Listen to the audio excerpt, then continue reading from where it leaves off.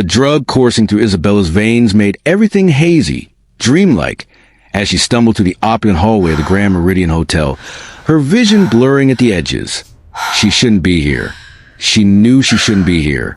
But her stepfather's threat still echoed in her ears, and the mysterious pill he'd forced down her throat an hour ago was making her skin burn with an unfamiliar, desperate heat. 3 years married and he still hasn't touched you, Richard Hartwell had sneered, his breath reeking of whiskey and malice. This drug will make sure tonight changes that. You'll finally be useful to this family. Isabella's hands trembled as she reached for the door handle of room 1506, the number swimming before her eyes. Alexander Sterling, her husband, the man she'd been married to for 3 years, but had never actually met. The arrangement had been clear from the beginning. A marriage on paper only, a business transaction between the Hartwell and Sterling families. She'd signed the certificate, moved into a separate residence, and lived her life as a married woman to a complete stranger. But tonight, everything was different.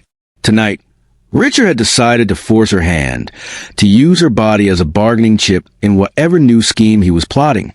The door opened, and Isabella nearly collapsed into the room, her legs barely supporting her weight. "Who the hell are you?" A deep voice cut through the darkness, masculine and sharp with irritation. Isabella's vision focused enough to see him. Tall, powerfully built, with dark hair and eyes that seemed to pierce right through her. Alexander Sterling, her husband, the man who had no idea who she was.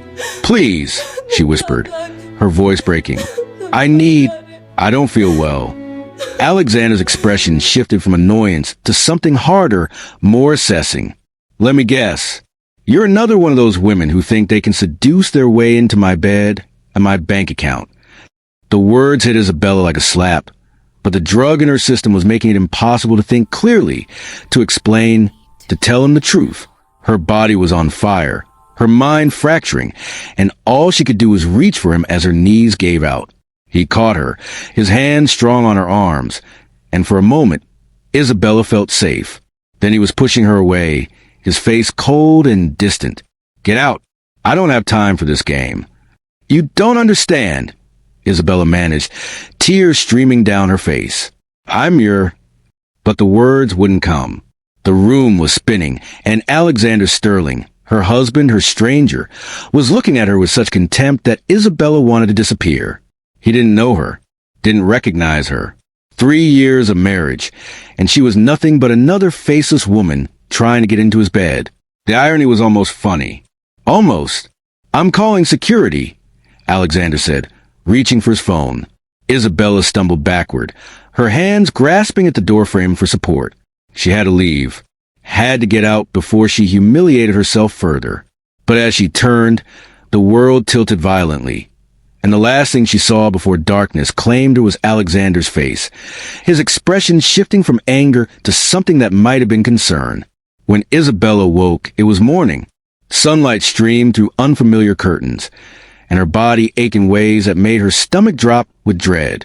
She was in Alexander's hotel room, in his bed, and the evidence of what happened during her blackout was written all over her skin, marks on her neck, her shoulders, her thighs. "No!" Isabella whispered, her hands shaking as she pulled a sheet around her naked body. "No, no, no." The bathroom door opened, and Alexander emerged, fully dressed, his hair damp from a shower. He looked at her with the same cold detachment from the night before, as if she were a problem he needed to solve rather than a human being. "You're awake," he said flatly. "Good. You can leave now." Isabella stared at him, her mind reeling. What happened?" Alexander's jaw tightened. "You tell me. You showed up at my room, clearly drugged, threw yourself at me. I should have thrown you out immediately, but..." He trailed off, something flickering in his eyes before the coldness returned. "It doesn't matter. Whatever you were hoping to accomplish, it won't work. I'm not interested in a relationship, and I certainly won't be blackmailed." "Blackmailed?" Isabella's voice rose despite her effort to stay calm. "I don't want anything from you. They all say that." Alexander moved to the desk, picking up a folder. "I've already had my assistant draw up an NDA. Sign it, and we can both forget this ever happened." The clinical coldness of his words cut deeper than any insult. Isabella clutched the sheet tighter, her mind spinning. This was her husband, the man she'd been legally married to for 3 years. And he was treating her like a prostitute, like someone who needed to be paid off and forgotten. "I need to go," Isabella whispered, her throat tight with unshed tears. Finally, something we agree on. Alexander's phone rang, and he glanced at the screen, his expression shifting to one of intense focus. "I have important business to attend to. My assistant will see you out." As if on cue, the door opened, and a well-dressed young man entered, his expression professionally neutral. "Miss, if you'll come with me, I'll escort you downstairs." Isabella wanted to scream, wanted to tell them both the truth, that she was Mrs. Alexander Sterling, that this was her husband, that everything about the situation was wrong. But the shame and confusion were too overwhelming, and all she could do was gather her torn dress and follow the assistant out of the room, leaving Alexander Sterling behind without ever telling him who she really was. In the elevator, Isabella's phone buzzed. A text from Richard. "Did you do what I told you? Has Alexander fallen for you yet? The Sterling family business is about to explode, and we need to be on the inside." Isabella's hands clenched around her phone. So that was the plan. Richard had drugged her, sent her to Alexander's room.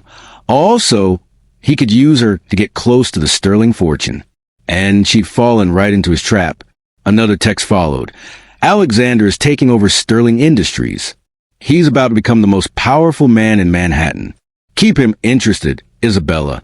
The Hartwell survival depends on it." Isabella deleted both messages and blocked Richard's number, her heart pounding with rage and determination. She would not be a pawn in his schemes anymore. She would not let him use her marriage to Alexander for his own gain. But as the elevator doors opened onto the hotel lobby, Isabella caught sight of her reflection in the mirrored walls, her disheveled hair, the marks on her neck barely concealed by her torn dress, the devastation in her eyes. She looked exactly like what Alexander thought she was, a desperate woman who'd sold her dignity for a night with a wealthy man. The truth was so much more complicated, and so much worse. "Miss," the assistant touched her elbow gently. "Are you all right? Can I call you a car?" Isabella shook her head, pulling herself together with effort. "I'm fine. Thank you." She walked out of the Grand Meridian Hotel with her head held high, even as her world crumbled around her. Somewhere in the building above, Alexander Sterling was going about his day, probably already forgetting the encounter. He had no idea that the woman he'd spent the night with was his wife, that the gold digger he dismissed so coldly was legally entitled to his name. And Isabella had no intention of telling him, not after the way he'd treated her, not after the contempt in his eyes. Their marriage had been a sham from the beginning. Now it was something worse, a lie built on misunderstanding and shame, with both parties completely unaware of the truth. Isabella's phone rang as she reached the street. Her best friend Rachel's name flashed on the screen. "Where are you?" Rachel demanded the moment Isabella answered. "I've been calling all night. Richard showed up at your apartment looking for you, and he was furious." "I'm fine," Isabella lied, hailing a cab. I need to come to your place. Can I?" "Of course. Always." Rachel's voice softened. "Bella, what happened?" "Everything," Isabella whispered, climbing into the taxi. "Everything happened, and nothing will ever be the same." As the cab pulled away from the hotel, Isabella looked back one last time at the building where her life had irrevocably changed. Somewhere up there, Alexander Sterling, her husband, her stranger, her accidental lover, was preparing to take control of an empire, and Isabella was preparing to disappear from his life before he ever learned the truth. But fate, she would soon discover, had other plans entirely. 3 days later, Isabella sat in Rachel's cramped studio apartment, staring at the divorce papers that had been delivered by courier that morning. The envelope had been addressed to Mrs. Isabella Sterling, and for a moment she thought it was junk mail, some marketing scam that had somehow gotten her married name. Then she'd opened it and seen the truth.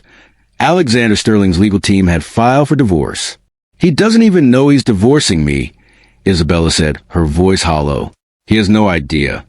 Rachel, A fierce corporate lawyer with fire-red hair and a take-no-prisoners attitude read through the documents with increasing fury. This is insane. Bella, you have to tell him the truth. You can't let him divorce you without even knowing you're his wife. Why not? Isabella's laugh was bitter. Our marriage was never real anyway. It was just a business arrangement between families. I signed a piece of paper 3 years ago, moved into that empty apartment the Sterling provided, and lived my life pretending I had a husband I'd never met. What difference does it make if we divorce now? The difference is that you slept with him. Rachel threw the papers down. You lost your virginity to your own husband without either of you knowing it. That's not just some quirky misunderstanding, Bella. That's tragic. Isabella flinched at the words. Rachel was right, of course. The whole situation was a nightmare of miscommunication and family manipulation. But Isabella couldn't bring herself to reach out to Alexander. Couldn't face the contempt in his eyes again. Couldn't bear to tell him that the gold digger he dismissed was actually his wife.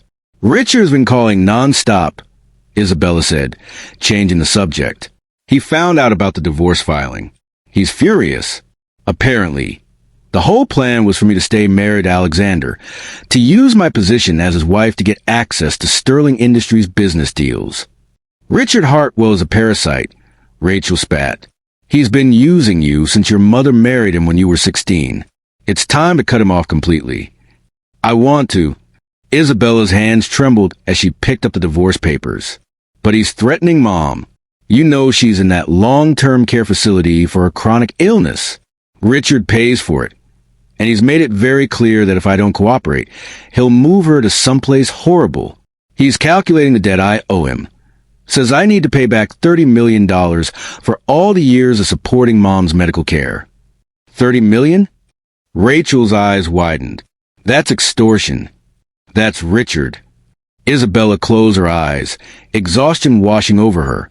I don't have $30 million. I don't have any money. My job as a freelance graphic designer barely covers my own expenses.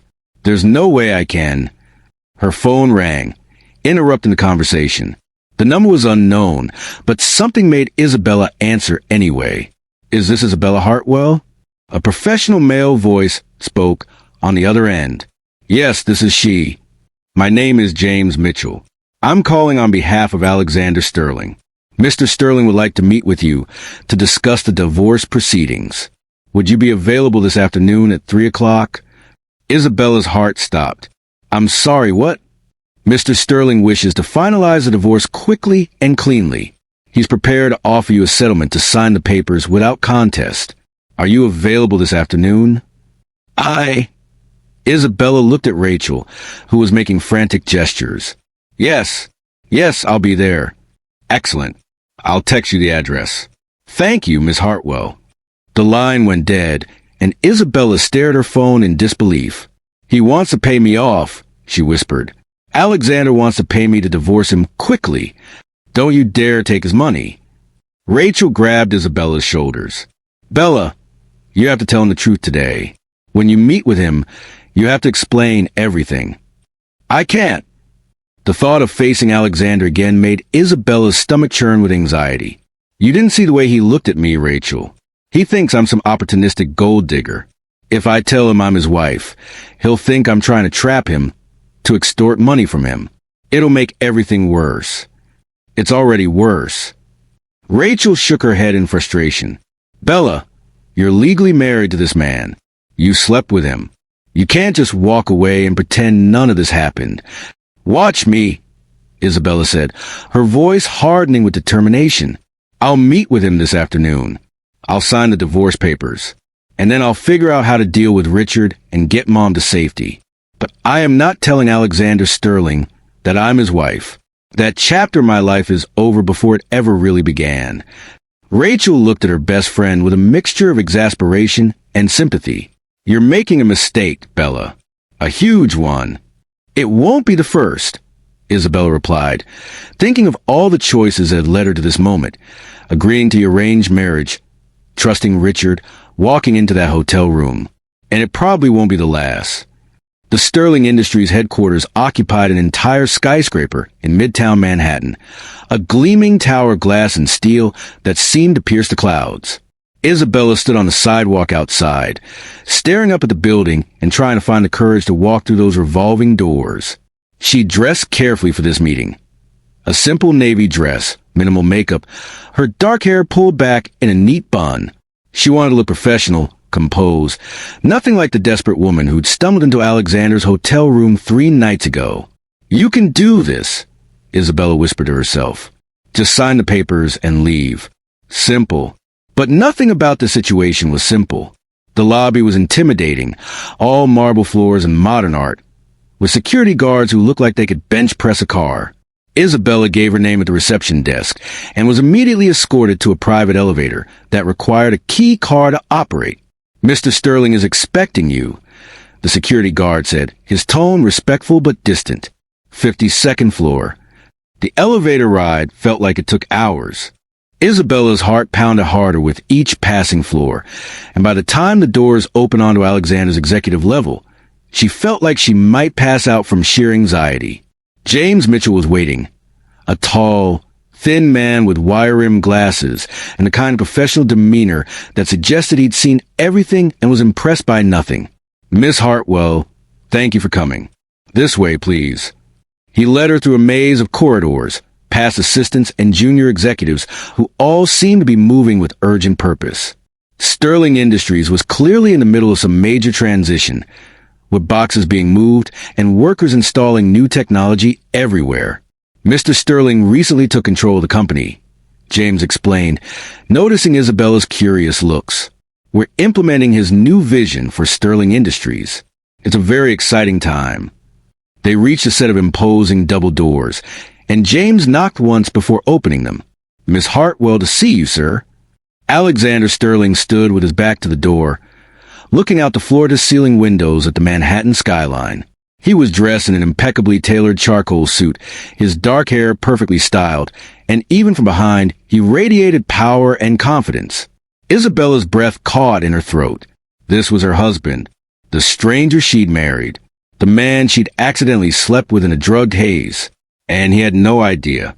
"Thank you, James." Alexander's voice was cool, professional. "Close the door on your way out." The door clicked shut, leaving Isabella alone with Alexander. For a long moment, neither of them spoke. Then Alexander turned, and Isabella saw his face properly for the first time in the light of day. He was devastatingly handsome. Sharp cheekbones, a strong jaw, and those piercing dark eyes that seemed to see straight through her. But there was something else in his expression now, something that hadn't been there in the hotel room. Calculation. "Miss Hartwell," Alexander said, moving to his desk and picking up a folder. "I appreciate you coming on such short notice. I'll be direct.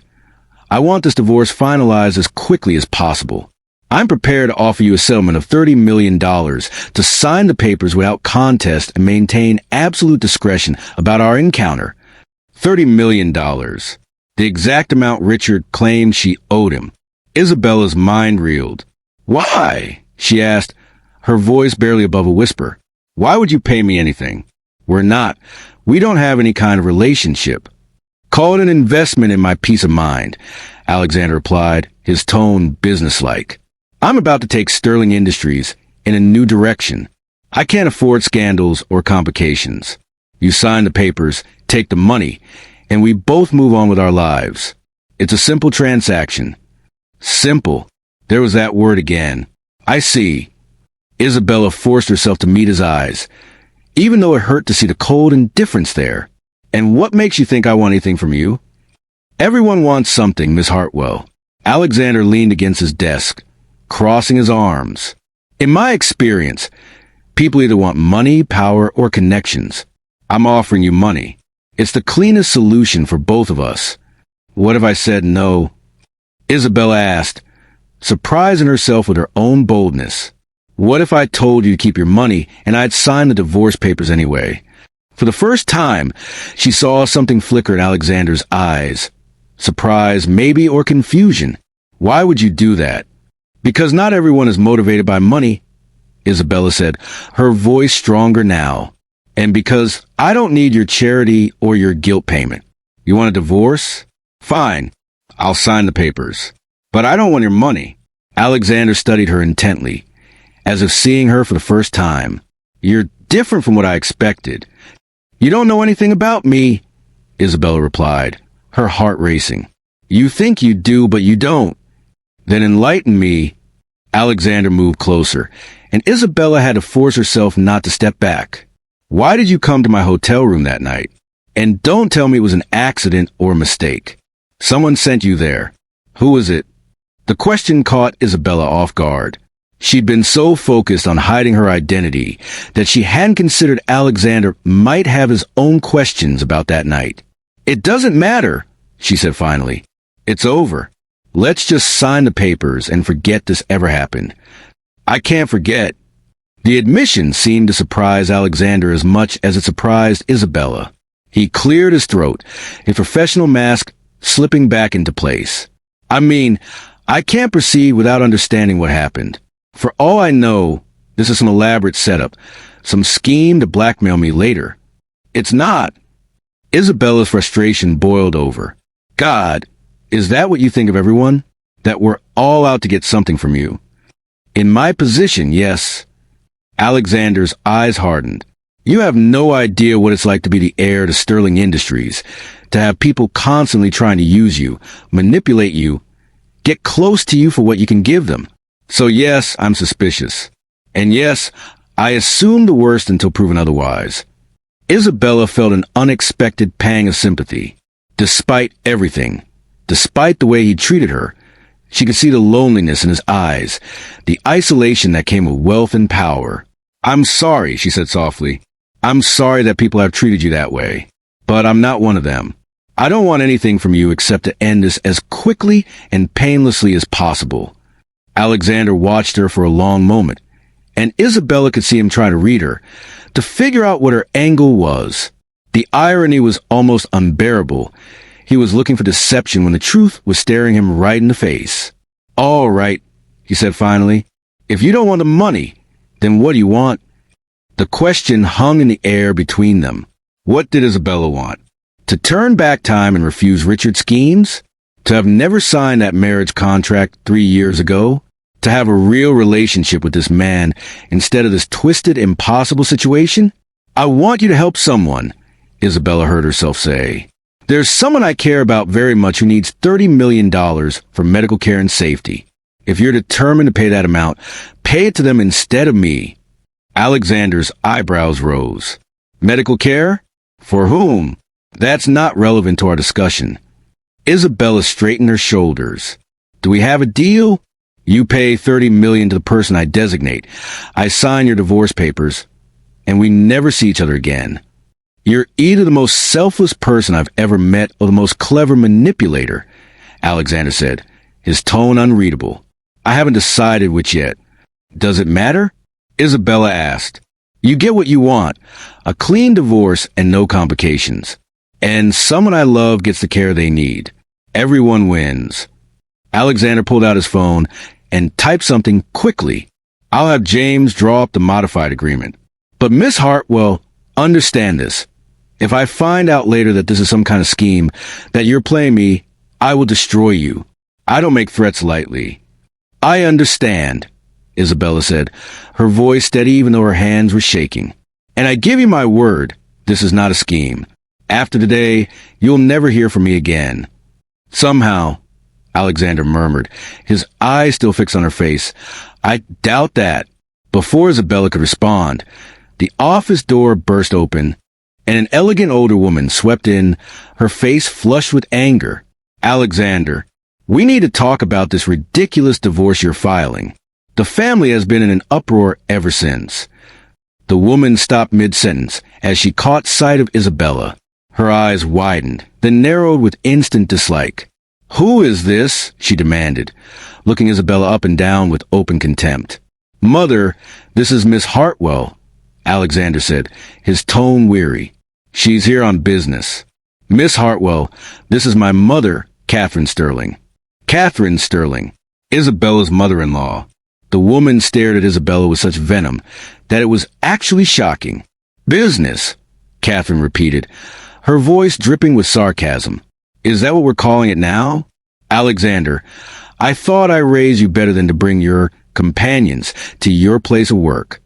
Mother, Alexander's voice sharpened. Miss Hartwell is not. I know exactly what she is, Catherine interrupted, turning her full attention to Isabella. You're the girl from the hotel, aren't you? The one who threw herself at my son. I should have known you'd try to worm your way into his life, into his fortune. Well, let me make something very clear, young lady. That's enough. Alexander moved between them, his body language protective in a way that made Isabella's heart twist painfully. You have no right to speak to her that way. Miss Hartwell has done nothing wrong. Nothing wrong. Catherine's laugh was harsh. She seduced you, and now you're filing for divorce from that Hartwell girl. No doubt to clear the way for this. Wait, Isabella interrupted, her mind finally catching up. Divorce from that Hartwell girl? What are you talking about? Catherine and Alexander both froze, staring at her. The divorce papers, Catherine said slowly, the ones Alexander filed, to dissolve his marriage to Isabella Hartwell. She paused, her eyes widening with dawning realization. Oh my God, you're Isabella Hartwell, aren't you? You're his wife. The secret was out. Isabella watched as understanding crashed over Alexander's face, shock, disbelief, and then fury so intense it made her step back involuntarily. You're Isabella Hartwell, he repeated, his voice dangerously quiet. You're my wife, the woman I've been married to for 3 years, the woman I've never met. Alex, I can explain. Don't. He held up a hand, his expression carved from stone. Don't say another word. James. The assistant appeared immediately. Sir. Escort Miss. Alexander's jaw clenched. Escort Mrs. Sterling out of the building. Now. Alexander, please. Isabella started, but Catherine cut her off. You manipulative little witch. You came here pretending to be some random woman, trying to get money out of my son, when all along you were his wife. This is fraud. This is... Get out.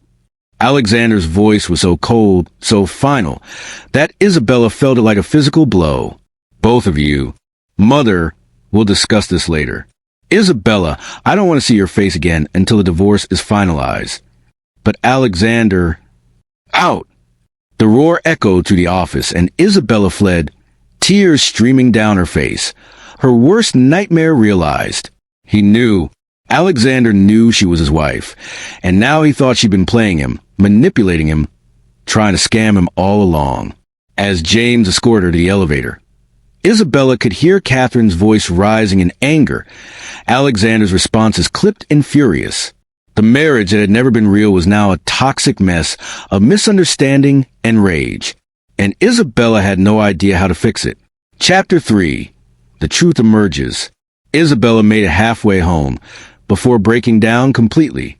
She dismissed James at the lobby, insisting she could find her own way, and then walked aimlessly through Manhattan streets, tears blurring her vision, until she found herself sitting on a bench in Central Park, sobbing into her hands. This is such a mess, she whispered to herself. Such a stupid, impossible mess. Her phone had been ringing nonstop. First Rachel, then unknown numbers that were probably Alexander's lawyers, then Richard. She'd ignored them all, too overwhelmed to deal with anyone's questions or demands. Finally, as the sun began to set, Isabella forced herself to stand and make her way to Rachel's apartment. Her best friend took one look at her face and pulled her inside, wrapping her in a fierce hug. What happened? I've been calling for hours. He knows, Isabella said, her voice hollow. Alexander knows I'm his wife. His mother figured out, and now he thinks I was manipulating him, trying to scam money out of him. Rachel, you should have seen his face. He looked at me like I was the worst person in the world. Sit down. Start from the beginning. Tell me everything. Over the next hour, Isabella recounted the disastrous meeting. Alexander's offer of $30 million, her counterproposal to help her mother, and Catherine Sterling's explosive entrance and revelation. So, he genuinely had no idea you were his wife when he filed for divorce, Rachel said slowly. processing the information. He was trying to divorce Isabella Hartwell, while simultaneously paying off the woman he'd slept with, not realizing they were the same person. Exactly. Isabella laughed bitterly. It would be funny if it weren't my life. Bella, you have to fix this. You have to explain everything to him. The arranged marriage, Richard's scheme, why you couldn't tell him the truth.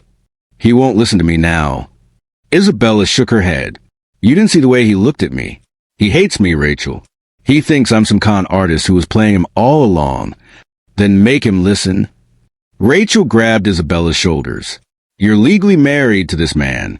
You can't just give up because one conversation went badly. Fight for the truth, Bella. Fight for yourself. Before Isabella could respond, her phone rang again. This time, it was a number she recognized, the care facility where her mother was staying. Hello, Miss Hartwell, this is Nurse Chun from Riverside Care. I'm calling about your mother, Emily. There's been an incident. Isabella's heart stopped. What kind of incident? Is she okay? She's physically fine, but she's very distressed. Mr. Richard Hartwell came by this afternoon and told her that he's moving her to a different facility, someplace called Meadowbrook. Miss Hartwell, I've looked into Meadowbrook, and it's not a reputable institution. The conditions there are... Don't let him move her, Isabella interrupted, panic rising in her chest. Please, I'm on my way right now. Don't let him take my mother anywhere. I'll do what I can, but Mr. Hartwell has legal authority as her husband, unless you can... Isabella hung up and grabbed her jacket. I have to go. Richard's trying to move my mom to some terrible place. I have to stop him. I'm coming with you, Rachel said immediately. You're not facing that bastard alone. They arrived at Riverside Care 45 minutes later to find Richard in the middle of a heated argument with Nurse Chun in the lobby. You have no right to keep my wife here against my will. Richard was shouting, his face red with rage. I'm her husband. I make the decisions about her care. And I'm her daughter, Isabella said, striding forward with Rachel at her side. And you are not moving her anywhere. Richard's eyes narrowed as he saw Isabella. There you are, you ungrateful brat. This is all your fault. If you'd done what I told you, if you'd kept Alexander Sterling interested, we wouldn't be in this mess. I'm not your pawn, Richard, Isabella said, her voice steady despite her racing heart. And I'm not letting you use my mother as leverage anymore.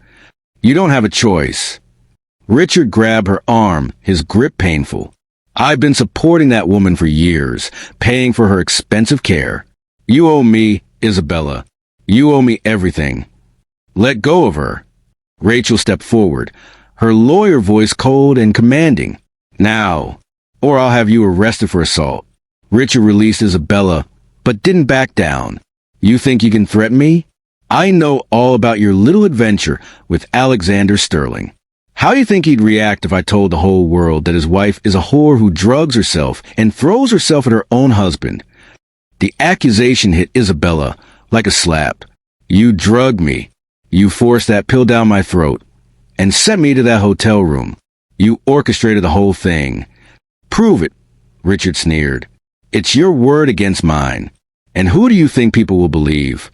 A respected businessman or a desperate girl who'll do anything for money? They'll believe me, a deep voice said from behind them. And they'll believe the security footage I have of you forcing medication down Isabella's throat in her apartment 3 nights ago. Everyone spun around to see Alexander Sterling standing in the facility's entrance, flanked by James Mitchell and 2 large men who were clearly security. Isabella's breath caught. Alexander, what are you doing here? I could ask you the same thing, Alexander said, his eyes fixed on Richard with an expression of pure fury. But first, I think Mr. Hartwell and I need to have a conversation. Gentlemen, please escort Mr. Hartwell to the parking lot. We have business to discuss. You can't do this. Richard protested as the security guards took his arms. You have no authority. I have all the authority I need, Alexander interrupted, his voice like ice. You see, I've spent the last 3 hours having my people investigate you, Richard Hartwell, and what they found is very, very interesting. Fraud, Embezzlement blackmail, you've been a busy man. Now we're going to have a little chat about Isabella and her mother, and you're going to listen very carefully. As the guards escorted a now pale Richard outside, Alexander turned his attention to Isabella. The fury in his eyes was still there, but there was something else now, something that looked almost like concern. "Are you all right?" he asked, his voice gentler than she'd heard it since they met. "I'm fine," Isabella managed, "but my mother is staying right here," Alexander said firmly. "I've already spoken with the facility director. Riverside Care has been paid in full for the next 5 years, and Richard Hartwell has been removed from all decision-making authority regarding your mother's care." Isabella stared at him, unable to process what she was hearing. Why would you do that?" "Because," Alexander said, stepping closer, "despite everything, despite the lies and the misunderstandings, I spent the last 3 hours learning the truth about what happened, about the arranged marriage our families made, about how you were forced into that hotel room, about how you've been protecting your mother all this time. You investigated me," Isabella said, not sure she should be angry or relieved. "I investigate everyone," Alexander replied. "It's what I do, and what I found." He paused, something vulnerable flickering in his eyes. "What I found was nothing like what I expected. You're not a gold digger or a con artist, Isabella. You're a victim of your stepfather's schemes, and I owe you an apology." "I lied to you," Isabella whispered. "I didn't tell you I was your wife. I let you think." "You protected yourself," Alexander interrupted. "I understand why you did it. If I'd known the truth in that hotel room, after the way I treated you," he shook his head, "I'm the one who should be apologizing. I made assumptions about you, about that night. I was cruel and dismissive, and you deserved better." Rachel cleared her throat diplomatically. "I'm going to go check on Emily and give you two some privacy." After Rachel disappeared down the hallway, Isabella and Alexander stood in awkward silence, the weight of 3 years of miscommunication and one disastrous night hanging between them. "I need to ask you something," Isabella said finally. "Why did you come here? How did you even know where to find me?" "James tracked your phone," Alexander admitted. "I know that sounds invasive, but after you left my office, after I realized who you really were, I needed to understand what was happening. When my investigators uncovered Richard's plans to move your mother, I knew I had to intervene." "Thank you," Isabella said softly, "for stopping him, for protecting my mom. You didn't have to do any of that." "Yes, I did." Alexander moved closer, and Isabella could see the genuine emotion in his eyes now, no longer hidden behind cold professionalism. "Isabella, these last 3 years, this arrangement between our families, it was supposed to be temporary, just until my father could secure certain business deals. But then my father died, and I inherited Sterling Industries, and suddenly everything changed." "I heard about your father," Isabella said. "I'm sorry. I wanted to reach out, but I didn't know if it was appropriate, given that we'd never actually met." "That's the thing," Alexander said, his voice rough with emotion. "We'd been married for 3 years, and I didn't even know what you looked like. I'd forgotten about the arrangement entirely. My father had handled everything, and after he died, I was so consumed with taking control of the company, fighting off hostile board members, dealing with family drama. I forgot I even had a wife." The word stung, but Isabella understood. Their marriage had been meaningless to both of them, just paperwork and obligations. "When I filed for divorce," Alexander continued, "it wasn't personal. I was cleaning up my father's old business arrangements, clearing the deck, so I could move forward with my own vision for Sterling Industries. I had no idea that the divorce would affect anyone's life except in the most technical sense. And then I showed up in your hotel room," Isabella finished quietly. "And then you showed up." Alexander's jaw tightened. "Isabella, I need you to understand something. That night, what happened between us, I thought you were just another woman trying to use me. But even then, even thinking that, I couldn't completely dismiss you. There was something about you, something genuine that I couldn't ignore. You called me a gold digger," Isabella reminded him. "You treated me like a prostitute." "I know." Alexander closed his eyes briefly. And I hate myself for it. If I could take back those words, that entire encounter. Would you? Isabella interrupted. Take it back, I mean? Alexander opened his eyes and looked at her with an intensity that made her breath catch. No. As terrible as the circumstances were, as much as I regret how I treated you, I can't regret meeting you, even if I didn't know who you were. The admission hung between them, charged with meaning. Alexander, let me finish. He held up a hand. My mother figured out who you were today, and she's furious. She thinks you were trying to manipulate me, to use our marriage to get access to the sterling fortune. She's already calling lawyers, threatening to contest a divorce, making this as difficult as possible. I'll sign whatever papers you want, Isabella said quickly. I don't want anything from you or your family. I never did. I know that now. Alexander pulled out his phone and showed her the screen. These are the divorce papers. All they need is our signatures, and our marriage is legally dissolved. But Isabella, before you sign them, I need to ask you something. What? Do you want this divorce? The question caught Isabella completely off guard. I what? It's a simple question, Alexander said, though his expression was anything but simple. Do you want to end this marriage?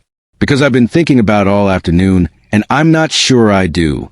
Isabella stared at him, her heart pounding so hard she thought it might burst from her chest. You can't be serious. We don't even know each other. We've been married 3 years and had exactly 2 conversations, both of which were disasters. That's true, Alexander acknowledged, but I can't stop thinking about what my investigators found. About who you really are. Isabella Hartwell. Graduated top of your class from Parsons School of Design. Started your own freelance graphic design business at 21. Spent every spare moment caring for your mother after Richard systematically destroyed your family's finances. You're talented, kind, fiercely loyal to the people you love, and you didn't take a single dollar from the Sterling family during our entire marriage, even though you were legally entitled to half of everything I owned.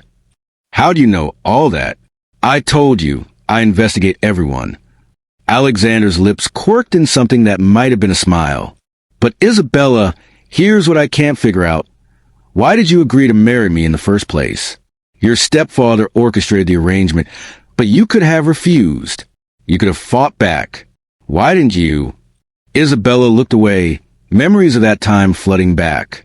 My mother had just been diagnosed with her condition. Richard said he'd pay for her treatment, but only if I agreed to the marriage. He said the Sterling connection would save the family business, would give him access to resources and opportunities that would change everything. I was 19, terrified of losing my mom, and I believed him. And instead, he used the Sterling connection to defraud investors and embezzle money, Alexander said grimly. Money that should have gone to your mother's care. Isabella, Richard Hartwell has been stealing from you and your mother for years. The medical bills he claimed cost millions? They were a fraction of that amount. He pocketed the rest. Isabella felt the ground shift beneath her feet. What? The $30 million he said you owed him? Complete fabrication. Your mother's care has cost approximately $2 million over the past 6 years. Richard took the rest. Money from the Sterling family. Money from investors who thought they were supporting a legitimate business. Money from your mother's own savings that she'd accumulated before she got sick. That bastard! Isabella breathed, fury building in her chest. All this time, he's been using my mother's illness to control me, to make me feel guilty, to force me to do whatever he wanted. And that ends now, Alexander said firmly. I've already had my legal team start proceedings against him. By the end of the week, Richard Hartwell will be arrested for fraud, embezzlement, and a dozen other charges. He'll never hurt you or your mother again. Isabella looked at Alexander with wonder and gratitude, and something deeper that she didn't dare name. Why are you doing all this for me? Because you're my wife, Alexander said simply. And because even if you weren't, even if we were complete strangers, no one deserves to be treated the way Richard treated you. Isabella, I meant what I said before. I don't want this divorce. I want a chance to actually know you, to build something real between us. Alexander, we can't just, this is insane. We don't love each other. We barely know each other. That's true, Alexander agreed. But we could get to know each other. We could try. Why? Isabella searched his face, trying to understand what was happening. You're Alexander Sterling. You could have anyone. Why would you want to stay married to me? Because, Alexander said, stepping closer until they were just inches apart. In the middle of all this chaos and misunderstanding, I've seen something in you that I've never seen in anyone else. Strength, integrity, the courage to protect the people you love, even when it costs you everything. I've spent my entire life surrounded by people who want something from me, my money, my connections, my name. But you've never wanted any of that. You just want to protect your mother and live your own life. That's not special, Isabella protested. That's just being a decent person. In my world, it's extraordinary. Alexander reached out slowly, giving her time to pull away, and gently tucked a strand of hair behind her ear. Isabella, I'm not asking you to love me. I'm not even asking you to like me yet. I'm asking you to give us a chance. A real chance. Let me get to know you. Let me prove that I'm nothing like the man you met in that hotel room. Let me show you that this marriage could be something more than just a business arrangement. Isabella's mind was spinning. This was crazy. Absolutely insane. They'd been married for 3 years without knowing each other, had one disastrous night together, and now Alexander was asking her to actually try to make the marriage work? What about your mother? Isabella asked. She hates me. She thinks I'm manipulating you. My mother will come around, Alexander said confidently. And if she doesn't, that's her problem, not ours. I'm 32 years old, Isabella. I'm more than capable of making my own decisions about my life and my marriage. And the divorce papers? We tear them up. We start over. Clean slate. Isabella looked at him, really looked at him, trying to see past the wealth and power and devastating good looks to the man underneath. What she saw surprised her. Loneliness. Despite everything he had, Alexander Sterling was lonely, isolated by his position and his wealth, surrounded by people who wanted to use him, just like her. Okay, Isabella heard herself say. Okay, let's try. Alexander's entire face transformed with smiles so genuine and relieved that Isabella's breath caught. Yeah. She smiled back tentatively. But I have conditions. Name them. First, we take this slow. Really slow. I've been through too much to jump into something intense and overwhelming. Agreed. What else? Second, you have to promise me that if this doesn't work, if we try and realize we're better off apart, we can end things civilly. No drama, no revenge, just two people who gave a shot and it didn't pan out. I promise. Alexander held out his hand. Anything else? Isabella thought for a moment, then said, Third, you have to meet my mother. Properly. And you have to promise to always put her safety and care first, even if things between us don't work out. Done. Alexander shook her hand solemnly, and Isabella felt a spark of electricity at the contact. Now I have a condition of my own. What's that? Move in with me. Properly this time. Not in that empty apartment my father set up, but in my actual home. I want us to live together, to get to know each other as real partners. Isabella's first instinct was to refuse, but then she thought about it more carefully. If they were really going to try to make this marriage work, they needed to spend actual time together, not just see each other for scheduled meetings. All right, she said finally, but I'm keeping my design business. I'm not going to be some trophy wife who sits around all day. I wouldn't want you to be, Alexander said. In fact, I was thinking, Sterling Industries could use a rebranding. Our visual identity is stuck in the last century. If you're interested, I'd love to hire you as a consultant. You're offering me a job? I'm offering you a chance to show off your talent on a major corporate platform, Alexander corrected. But there's no pressure. You can say no, and we'll find you office space elsewhere if you prefer to keep your business completely separate from mine. Isabella found herself smiling despite everything. Let me think about it. Fair enough. Alexander checked his phone. It's getting late. Can I drive you home? We can talk more on the way. I should check on my mom first. Of course. They found Rachel sitting with Emily Hartwell in her room. Isabella's mother was a delicate woman in her early 50s, her face pale but peaceful as she slept. The nurse gave her something to help her rest. Rachel explained quietly. She was very agitated after Richard's visit, but she's stable now. "Thank you for staying with her," Isabella said, hugging her friend. Rachel looked between Isabella and Alexander with open curiosity. "So, you two figured things out?" "We're working on it," Isabella replied. "We're going to try," Alexander added. "Actually make this marriage real." Rachel's eyebrows shot up. "Seriously? Bella, can I talk to you?"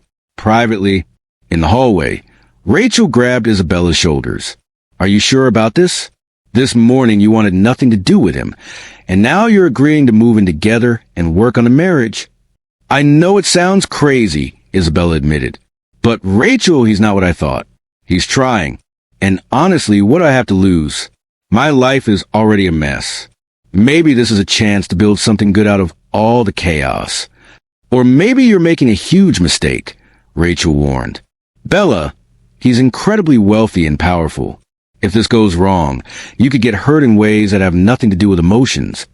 "I know the risks," Isabella said, "but I'm tired of living in fear, tired of letting Richard control my life, tired of running from possibilities because they might not work out. Alexander has offered me a genuine chance, and I'm going to take it." Rachel studied her friend's face for a long moment, then sighed. "Okay, I trust your judgment, but I'm going to be watching him very carefully, and if he hurts you, I will destroy him legally and personally." "I wouldn't expect anything less," Isabella said with a smile. They returned to the room to find Alexander sitting quietly by Emily's bedside, his expression thoughtful. "She looks peaceful," he said softly. "Your mother, whatever else Richard did, at least she's been getting good care here. Thanks to you paying for it," Isabella reminded him. "That's what family does," Alexander replied, standing. "They take care of each other." Family. The word hung in the air, weighted with meaning. They were family, legally, officially, and now they were going to try to make that mean something more than just paperwork. As they left Riverside Care and headed toward Alexander's car, a sleek black Mercedes that probably cost more than most people's houses, Isabella caught sight of Richard being interrogated by police in the parking lot. Alexander's security guards had apparently called the authorities while they had been inside. "Don't look at him," Alexander said gently, guiding Isabella toward the car. "He can't hurt you anymore." But as they drove away, Isabella couldn't help glancing back one last time. Richard's face was twisted with rage, and even from a distance, she could read his lips. "This isn't over." A chill ran down Isabella's spine, but Alexander's hand found hers in the darkness of the car, warm and reassuring. "Whatever he tries," Alexander said quietly, as if reading her thoughts, "we'll face it together. You're not alone anymore, Isabella. You have me. And despite everything, despite the bizarre circumstances, the misunderstandings, the complex mess their lives have become, Isabella found herself believing him. Maybe, just maybe, this impossible marriage could become something real. Alexander's home was not what Isabella expected. Instead of some cold, modern penthouse, he lived in a renovated brownstone in the Upper West Side, with warm wooden floors, exposed brick walls, an eclectic mix of contemporary and vintage furniture that suggested actual personality rather than an interior designer's vision. "You look surprised," Alexander said, watching her reaction as they entered. "I am," Isabella admitted, running her hand along a beautifully worn leather armchair. It's lovely. It feels like a real home." "That's what I was going for," Alexander said, setting down her bags. Rachel had insisted on packing some essentials for her. "My father's houses always felt like museums or hotels. Impressive but soulless. When I bought this place 2 years ago, I wanted something different. Something that felt lived in. You succeeded." Isabella moved to the large windows overlooking a small private garden. "It's beautiful, Alexander." "Your room is upstairs," Alexander said. "I thought you might want your own space while we're getting to know each other. But Isabella, I want you to feel free to change anything you want. Redecorate, rearrange, whatever makes you comfortable. This is your home now, too. The thoughtfulness of the gesture touched Isabella deeply. Thank you. That means a lot. They stood in awkward silence for a moment, both of them clearly unsure how to navigate this new dynamic between them. Are you hungry? Alexander finally asked. I could order something, or I could actually try to cook. Fair warning, my culinary skills are limited, but I make a decent omelet. Isabella smiled. An omelet sounds perfect. In the kitchen, a gorgeous space with marble counters and high-end appliances that Isabella suspected rarely got used. Alexander proved surprisingly competent with a frying pan. They worked together in comfortable silence, Isabella chopping vegetables while Alexander whisked eggs and grated cheese. This is nice, Isabella said softly. Domestic? Yeah, Alexander agreed, glancing at her with something warm in his eyes. It is. They ate at the kitchen island, talking about inconsequential things, favorite foods, childhood memories, books and movies they loved. It was surreal, getting to know her husband for the first time after 3 years of marriage. But Isabella found herself relaxing, actually enjoying Alexander's company. Can I ask you something? Alexander said, as they cleaned up. That night at the hotel, before everything happened, you said, please to me. You said you didn't feel well. If I'd listened to you instead of assuming the worst, would you have told me the truth? Isabella considered the question carefully. I don't know. I was so drugged and confused, and you were this stranger who I'd been married to without ever meeting. I think part of me wanted to tell you, wanted to explain everything. But another part of me was just trying to survive the moment. I'm sorry, Alexander said quietly. I'm sorry I didn't help you when you needed it. I'm sorry I made assumptions and treated you so coldly. You didn't know, Isabella said, though the memory still hurt. And honestly, from your perspective, I can understand why you reacted the way you did. A strange woman shows up at your hotel room, clearly under the influence of something. It looked bad. It doesn't excuse my behavior, Alexander insisted. Isabella, I need you to understand something. That night, what happened between us, I thought I was taking advantage of a vulnerable woman. When I woke up and saw you there, I hated myself. That's why I was so cold, so eager to pay you off and make you disappear. I was trying to handle my own guilt.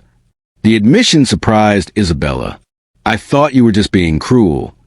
I was being cruel, Alexander acknowledged, but not for the reasons you thought.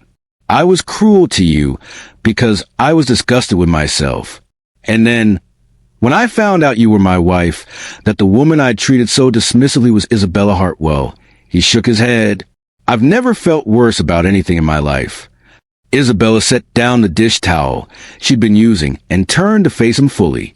Alexander, we both made mistakes that night. We were both operating on incomplete information. Maybe we should just forgive each other and move forward. Just like that. Just like that. Isabella managed a small smile. We can't change what happened. We can only decide what we do next. Alexander studied her face for a long moment, then nodded slowly. You're right. Fresh start.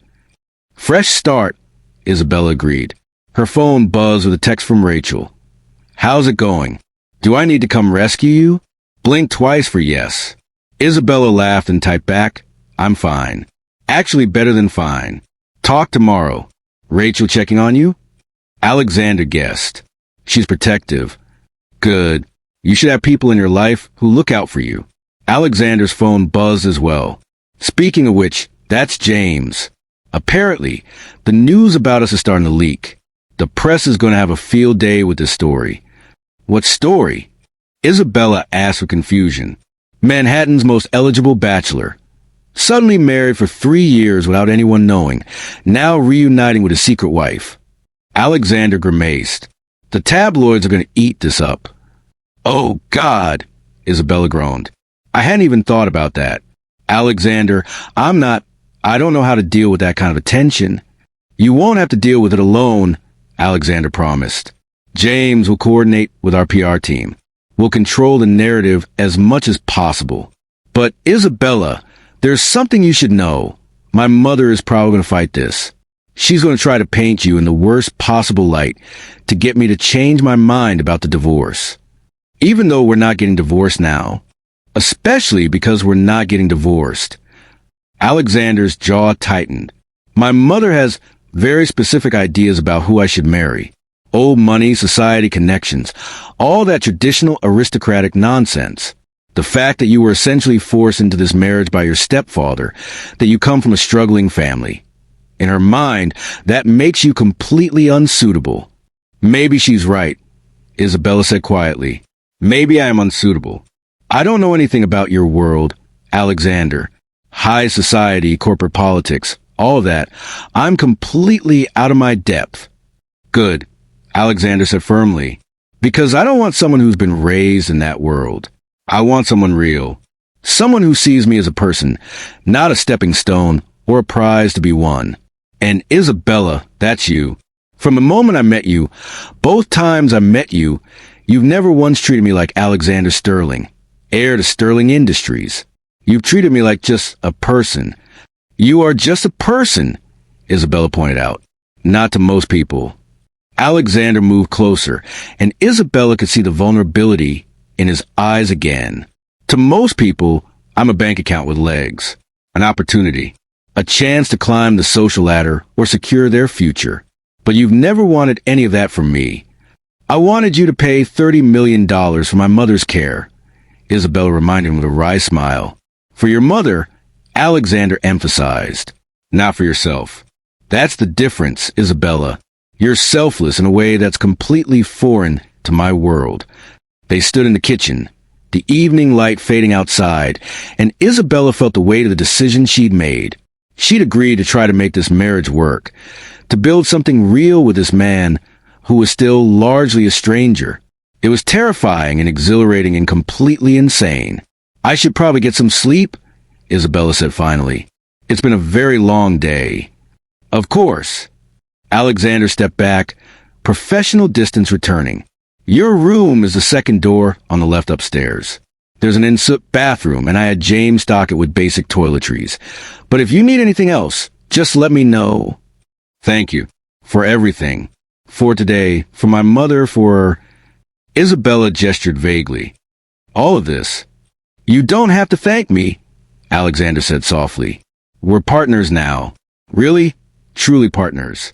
That means taking care of each other.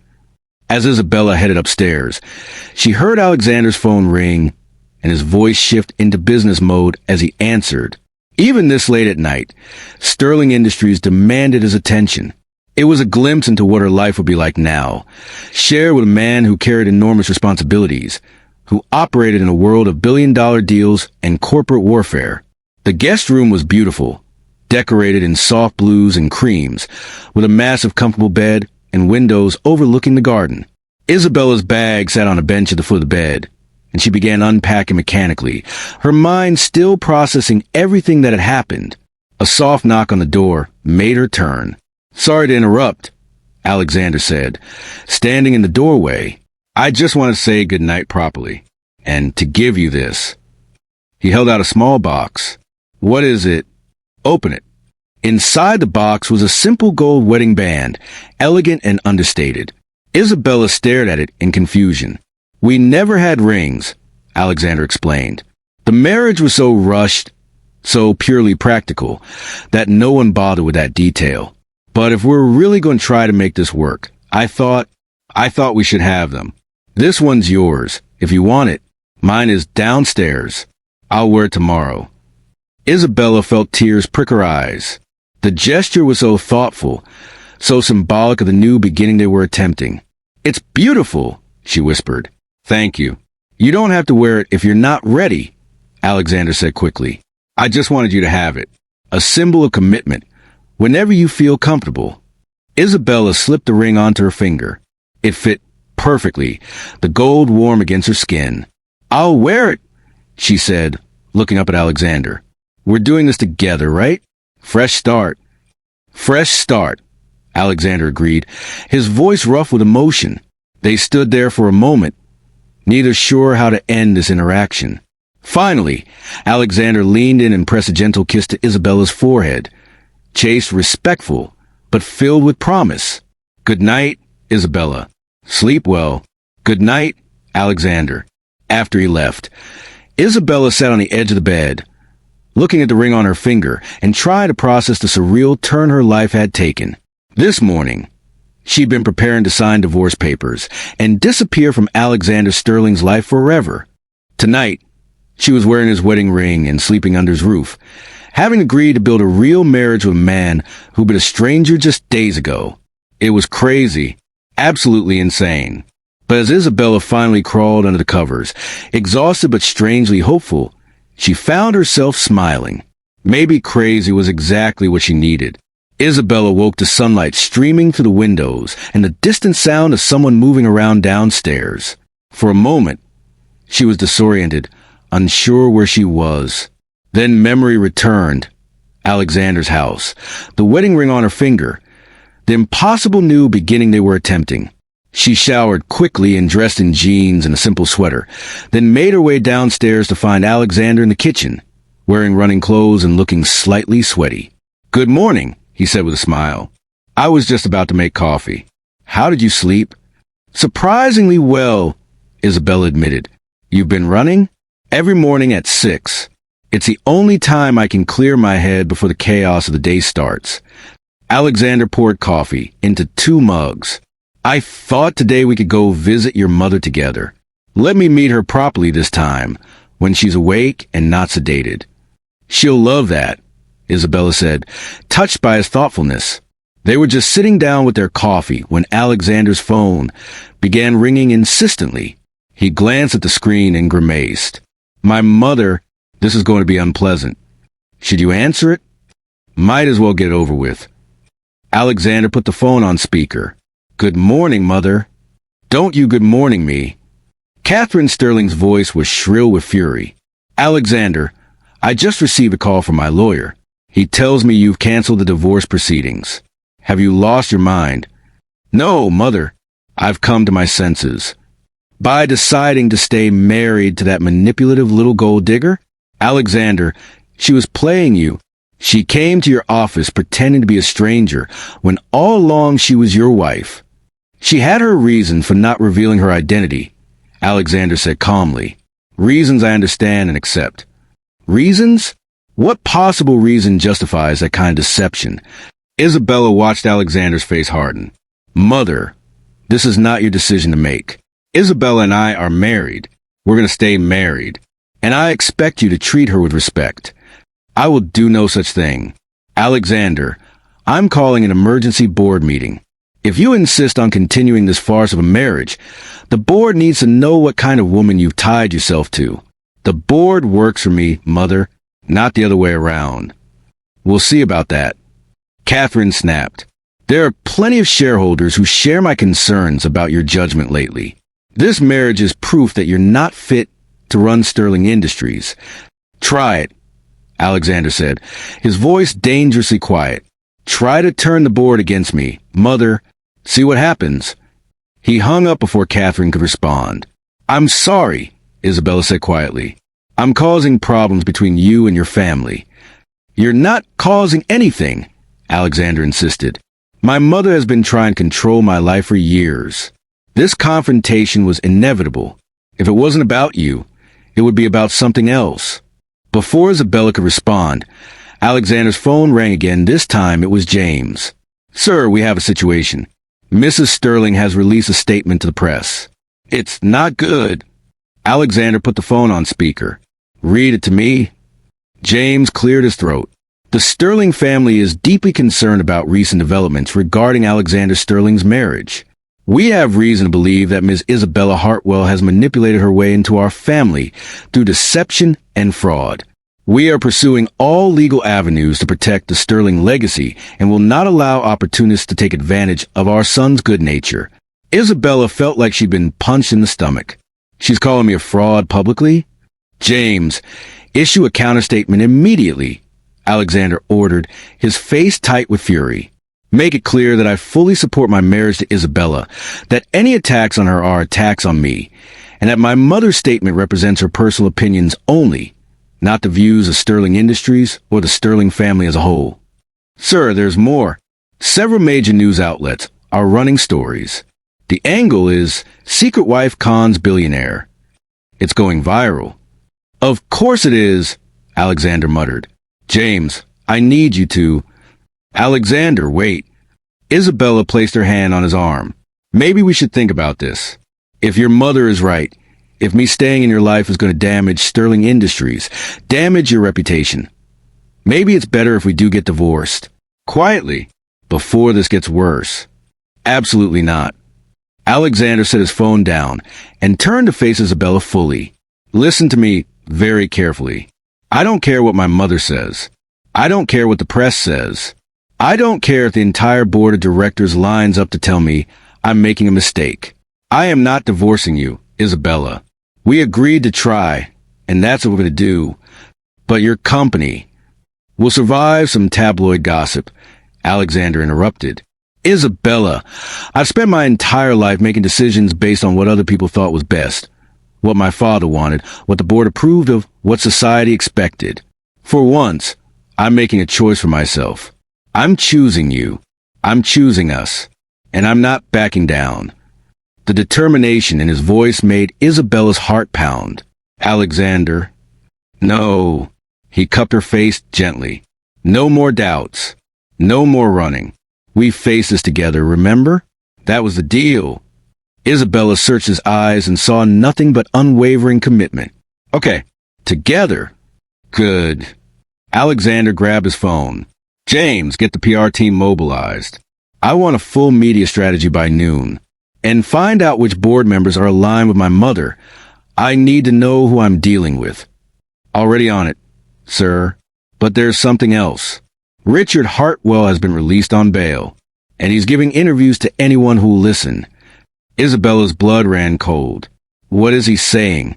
That you seduced Alexander deliberately, that you've been plotting to trap him for years, that you drugged yourself and threw yourself at him to create scandal. James's voice was apologetic. Sir, he's painting a very ugly picture. He's lying, Isabella exclaimed. He's the one who drugged me. He forced me to go to that hotel. We know that, Alexander said grimly, and we're going to prove it. James, I need you to get our legal team on this immediately. I want every piece of evidence about what Richard did. Security footage, witness statements, phone records, everything. We're going to destroy him so thoroughly he'll wish he'd never heard the Sterling name. After Alexander finished giving James a series of rapid-fire instructions, he hung up and turned to Isabella. This is going to get worse before it gets better, he warned. My mother is going to fight dirty. Richard is going to lie and manipulate. The press is going to pick apart every aspect of your life. Are you sure you want to go through this? Isabella thought about running.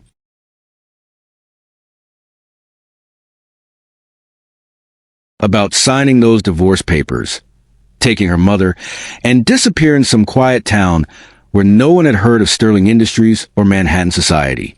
It would be easier, safer. But when she looked at Alexander, at the determination in his eyes, the way he was ready to fight for her, to protect her, to stand beside her against the world, Isabella knew she couldn't walk away. I'm sure, she said firmly. But Alexander, I need to contribute. I can't just hide behind you while you fight my battles. I want to help. All right. Alexander pulled out his phone and showed her a design brief. You said you'd think about the rebranding project for Sterling Industries. I'm officially hiring you as a consultant, effective immediately. We'll announce it this afternoon. It'll help show the board and the public that you're a talented professional, not just some gold digger trying to marry money. You're really going to put me to work? I'm really going to put you to work, Alexander confirmed with a small smile. But fair warning, I'm a demanding client. I expect excellence. Then I'll deliver excellence, Isabella said, feeling a surge of determination. If they were going to face this storm together, she was going to prove herself worthy of Alexander's faith in her. They spent the rest of the morning strategizing with Alexander's team via video conference. Isabella was impressed by how efficiently Alexander worked, how he could shift between being the powerful CEO and the supportive partner without missing a beat. Sir, we have a problem, one of the PR consultants said during the meeting. Some of the photographs from your hotel encounter have been leaked to the press. They're intimate. Isabella felt her face burn with humiliation. Oh, God! Who leaked them? Alexander demanded, his voice like ice. We're investigating, but we believe it came from Richard Hartwell. He claims he was investigating your relationship with his stepdaughter and hired a private investigator. That's a lie, Isabella said, finding her voice despite her embarrassment. Richard sent me to that hotel room. He probably arranged for those photos to be taken so he could use them for blackmail later. We'll prove that, Alexander said, his hand finding Isabella's under the table, squeezing reassuringly. In the meantime, we release a statement confirming that Isabella and I have been married for 3 years, that recent events led to us reconnecting, and that any photos being circulated were taken during an intimate moment between husband and wife, making their distribution a violation of our privacy. Spin it, so they're the ones who look bad for invading our privacy, one of the PR team suggested. Make this about tabloid overreach instead of scandal. Exactly, Alexander agreed. After the meeting ended, Isabella slumped in her chair, emotionally exhausted. How do you do this? Deal with all this pressure, all these people trying to tear you down. Practice, Alexander said wryly. And stubbornness. Isabella, I know this is overwhelming, but you're handling it remarkably well. I don't feel like I'm handling it well. I feel like I'm drowning. Then let me be your life raft. Alexander pulled her into his arms, and Isabella allowed herself to lean into his strength. We'll get through this. I promise. A sharp knock on the study door interrupted the moment. Alexander's housekeeper, Mrs. Chun, poked her head in looking distressed. Mr. Sterling, there are reporters outside, at least a dozen of them. They're taking pictures of the house, shouting questions. Call security, Alexander ordered immediately. I want them cleared from the property within the hour. Already done, sir. But they're saying they won't leave until they get a statement from Mrs. Sterling. Isabella's stomach dropped. Me? They want your side of the story, Mrs. Chin explained. They're calling it the scandal of the year. Cinderella's dark secret is what one of them shouted. Vultures, Alexander muttered. Isabella, you don't have to talk to them. We can... No. Isabella straightened her shoulders, something hardening inside her. I'm going to give them a statement. On my terms. Isabella, you sure? The media can be vicious. I'm sure. Isabella looked at him steadily. You said I needed to contribute to help fight this battle. Well, this is how I can help. They want to paint me as some scheming gold digger? Fine. I'll tell them exactly who I am and let them make their own judgments. Alexander studied her face for a long moment, then nodded slowly. All right, but we do this smart. James will coach you. We'll prepare a statement, and I'll be standing right beside you the entire time. Deal. An hour later, Isabella stood on Alexander's front steps, microphones thrust in her face, cameras flashing blindingly. Alexander stood beside her, his hand supportively on her lower back, while James and the security team held the reporters at a reasonable distance. Isabella's hands trembled as she unfolded her prepared statement, but her voice was steady when she began to speak. My name is Isabella Hartwell Sterling. I've been legally married to Alexander Sterling for 3 years, in an arrangement made between our families when I was 19 years old. For personal reasons, we lived separate lives during that time and never actually met until recently. She paused, looking directly at the cameras. I know there are rumors circulating about me, that I'm a con artist, a gold digger, someone who manipulated my way into the Sterling family. Those rumors are false. The truth is that I am the daughter of a woman suffering from a chronic illness, raised by a stepfather who systematically abused and exploited me for years. When Alexander and I finally met, it was under circumstances orchestrated by my stepfather, without my knowledge or consent. Isabella's voice grew stronger as she continued. I'm not going to apologize for existing. I'm not going to apologize for being born into a family that struggled financially. I'm not going to apologize for loving my mother enough to do whatever it took to keep her safe and cared for. And I'm certainly not going to apologize for being married to a man who has shown me more kindness, respect, and support in the past few days than I received in years from a family that was supposed to protect me. The reporters were shouting questions, but Isabella pressed on. Alexander and I are building a real marriage now. Not the paper arrangement our families created, but something genuine. I know that makes me a target. I know people will say I'm not good enough, that I don't belong in his world, that I must have some ulterior motive. But the only thing I want is the same thing everyone wants: to be happy, to be loved, to build a life with someone who values me for who I am, not what I can give them. She folded her statement and looked directly at the camera again. I'm a graphic designer. I run my own small business. I've worked hard my entire adult life to support myself and help my mother. I have never asked the Sterling family for anything, and I never will. If you want to write about me, write about that. Write about a woman who survived abuse and manipulation and is trying to build something real despite everyone telling her she doesn't deserve it. That's my story. That's the truth. Isabella turned to Alexander, who was looking at her with something like awe in his eyes. I have nothing more to say. Thank you. As they went back inside, the reporters continued shouting questions, but Alexander's security team efficiently cleared them from the property. The moment the door closed, Alexander pulled Isabella into a tight embrace. That was incredible, he said, his voice rough with emotion. Isabella, you were perfect. Honest, strong, vulnerable. You just completely changed the narrative. I just told the truth, Isabella said, her hands shaking now that the adrenaline was fading. Was it okay? Did I say too much? You said exactly the right amount. Alexander kissed her forehead. I am so proud of you. James burst into the hallway, his tablet in hand. The statement is already trending. The response is overwhelmingly positive. People are sympathizing with Mrs. Sterling, calling her brave and authentic. Several major outlets are already running fact checks on Richard Hartwell's claims and finding inconsistencies. What about my mother? Alexander asked. Mrs. Sterling Sr. is being criticized for attacking a vulnerable young woman.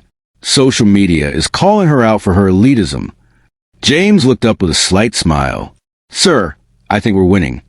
Isabella sank onto the stairs, the full weight of what she'd just done hitting her. I can't believe I just did that. I can't believe I stood in front of all those cameras, and... You were magnificent, Alexander said, sitting beside her and taking her hand. You took control of your own story. That takes real courage. Or real desperation. Isabella said with a weak laugh. Alexander, what if this backfires? What if people dig into my past and find things Then we'll deal with it, Alexander said firmly. Together, that's the promise, remember? Isabella looked at their joined hands, at the wedding ring gleaming on her finger, and felt something shift inside her.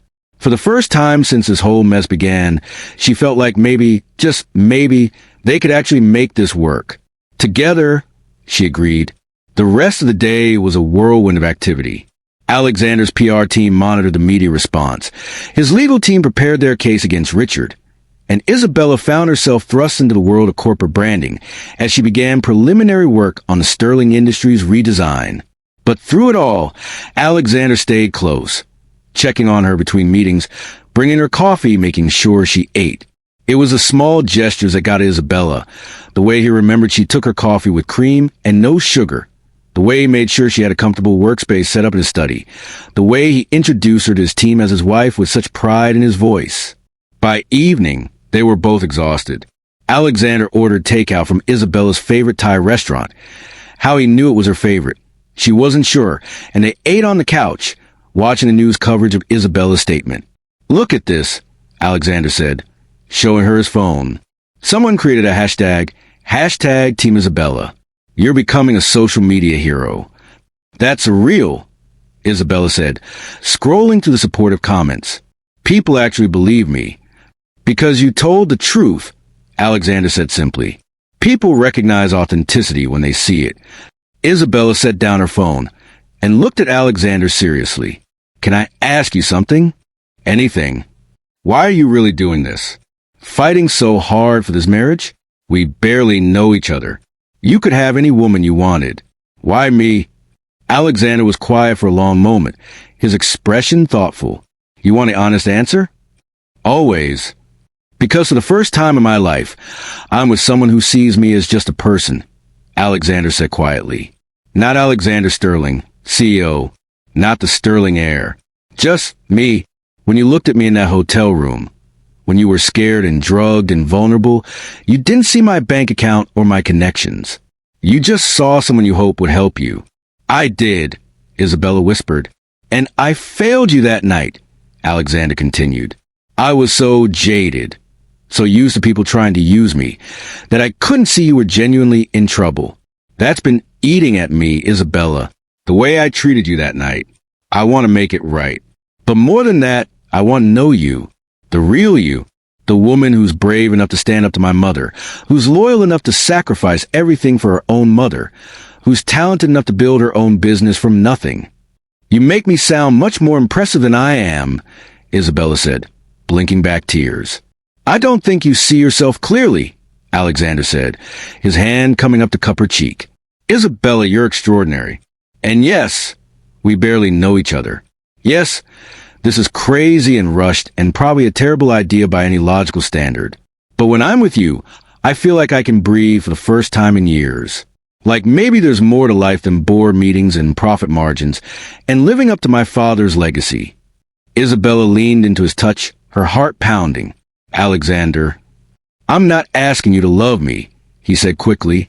I know it's too soon for that, but I am asking you to believe that this is real for me. That I'm not just going through the motions or trying to win some game. I genuinely want to build a life with you. I want that too, Isabella admitted. It scares me how much I want it. We're basically strangers, and yet, Alexander agreed. They sat there on the couch, faces inches apart, the air between them charged with possibility. Slowly, giving her every opportunity to pull away, Alexander leaned in and kissed her. It was nothing like their first night together. There was no desperation, no drugs, no confusion. This kiss was tender, exploratory, full of promise and hope. Isabella melted into it, her hands coming up to tangle in Alexander's hair, and for a moment, everything else fell away. When they finally broke apart, both breathing heavily, Alexander rested his forehead against hers.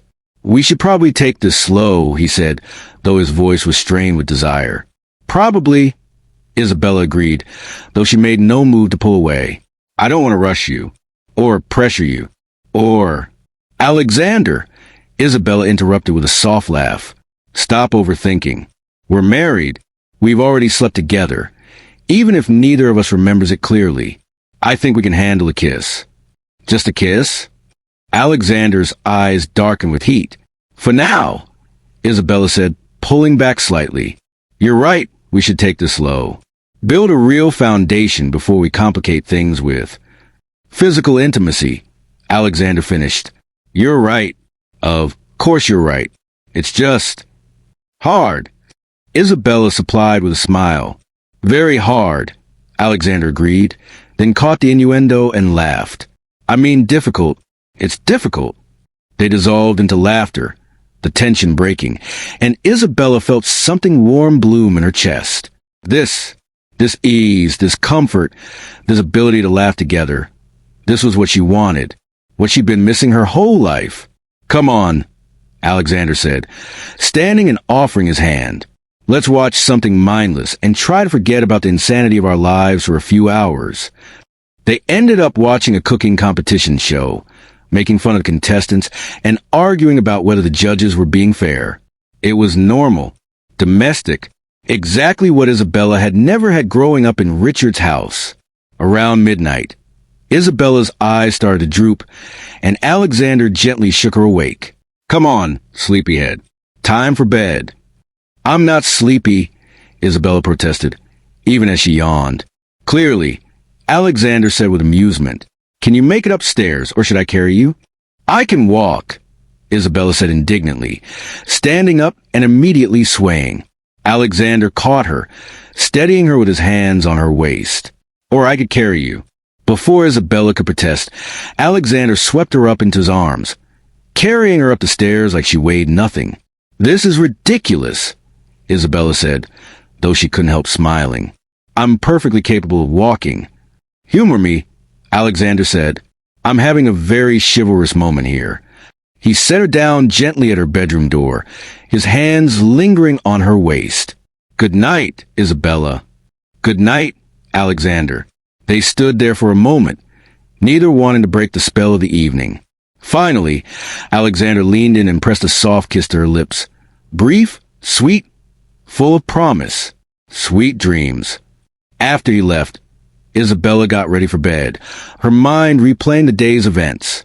The press conference, the kiss, the easy domesticity of eating takeout, and watching TV together.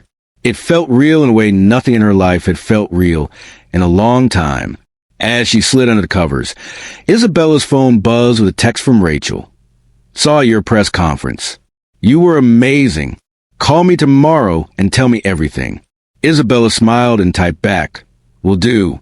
And Ratch, I think this might actually work. Good. You deserve to be happy, Bella. Finally, Isabella turned off the light and stared at the ceiling, the wedding ring on her finger catching the moonlight from a window. 3 years of marriage to a stranger. One disastrous night that changed everything. And now, impossibly, a chance at something real. Maybe crazy was exactly what she needed. Maybe love wasn't supposed to make sense. Maybe, just maybe, this was the beginning of her real life. The Sterling Industries headquarters had never looked better. Isabella stood in the lobby, admiring the new branding she'd spent months perfecting, sleek, modern, but with touches of warmth and humanity that reflected the company's new direction under Alexander's leadership. Admiring your own work? A familiar voice teased. Isabella turned to see Alexander approaching, looking devastatingly handsome in a charcoal suit. Even after 6 months of marriage, the sight of him still made her heart skip a beat. Someone has to, Isabella replied with a smile. Besides, I think it turned out pretty well. Pretty well? Alexander pulled her into his arms, right there in the lobby, not caring who saw. Isabella, it's magnificent. The board loves it. The shareholders love it. Hell, even my mother admitted it was acceptable, which from her is practically a declaration of love. Isabella laughed. Catherine Sterling had slowly, grudgingly come around over the past months, especially after seeing how happy Alexander was. They'd never be best friends, but at least they were civil now. Speaking of your mother, she called this morning. Isabella said, she wants us to come to dinner next Sunday. Do we have to? Yes, we have to. She's trying, Alexander. That's more than I expected. Fine, Alexander sighed dramatically. But you owe me. I always owe you, Isabella teased. It's becoming a theme in our marriage. Their marriage. It still felt surreal sometimes, but in the best possible way. After the initial media frenzy died down, they'd settled into something wonderfully normal. Morning runs together, working side by side in Alexander's study, cooking disasters that ended in takeout, lazy Sunday mornings in bed. Richard had been sentenced to 10 years in prison for fraud and embezzlement. His lawyer was appealing, but Alexander's legal team was confident the conviction would stand. Isabella's mother had recovered enough to move to a beautiful assisted living facility where she could have her own apartment, but still receive the care she needed. She and Alexander had bonded over their shared love of old movies, and Emily regularly told Isabella how lucky she was to have found such a good man. Are you ready? Alexander asked, glancing at his watch. The ceremony starts in an hour. Almost. Isabella straightened his tie, then pressed a kiss to his lips. I just need to grab my jacket. Today was the opening of the Sterling Foundation, a new nonprofit organization Alexander had created to help young people from struggling families get access to education and business resources. It had been Isabella's idea, born from her own experiences, and Alexander had run with it, creating something that would help thousands of people. Isabella, Alexander said as they headed toward his car, I need to ask you something. Okay. These past 6 months have been the best of my life. Working with you, living with you, building something real together. It's been everything I never knew I needed. Alexander, where is this going? He stopped walking and turned to face her, his expression serious. I know we're already married. I know we've been building this relationship backward, getting to know each other after the wedding instead of before. But Isabella, I want to do this right. I want to give you the proposal you deserve, the wedding you deserve, the romance you deserve. Isabella's heart began to pound as Alexander pulled a small box from his pocket. "This isn't proposal," he explained, opening the box to reveal a stunning engagement ring, a single diamond surrounded by smaller sapphires. "Think of it as a promise. A promise that I'm going to spend the rest of my life proving I'm worthy of you, that I'm going to love you better than anyone has ever loved you before, that our crazy, backward, impossible marriage is going to be the best decision either of us ever made." Tears streamed down Isabella's face as Alexander slipped the ring onto her finger, next to the simple gold band she'd been wearing for months. "I love you," she whispered. "I don't think I've said out loud yet, but I do. I love you, Alexander." "I love you too," Alexander said, his own eyes bright with emotion. "From that first night in the hotel room, when I was too stupid to see who you really were. From that moment in my office, when I realized you were my wife. From every day since then. I love you, Isabella, and I'm going to keep loving you for the rest of our lives." They kissed there on the sidewalk outside Sterling Industries, oblivious to the employees and photographers and curious onlookers.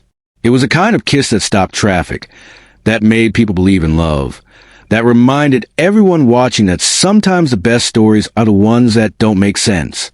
"We should probably go," Isabella said eventually, though she made no move to pull away.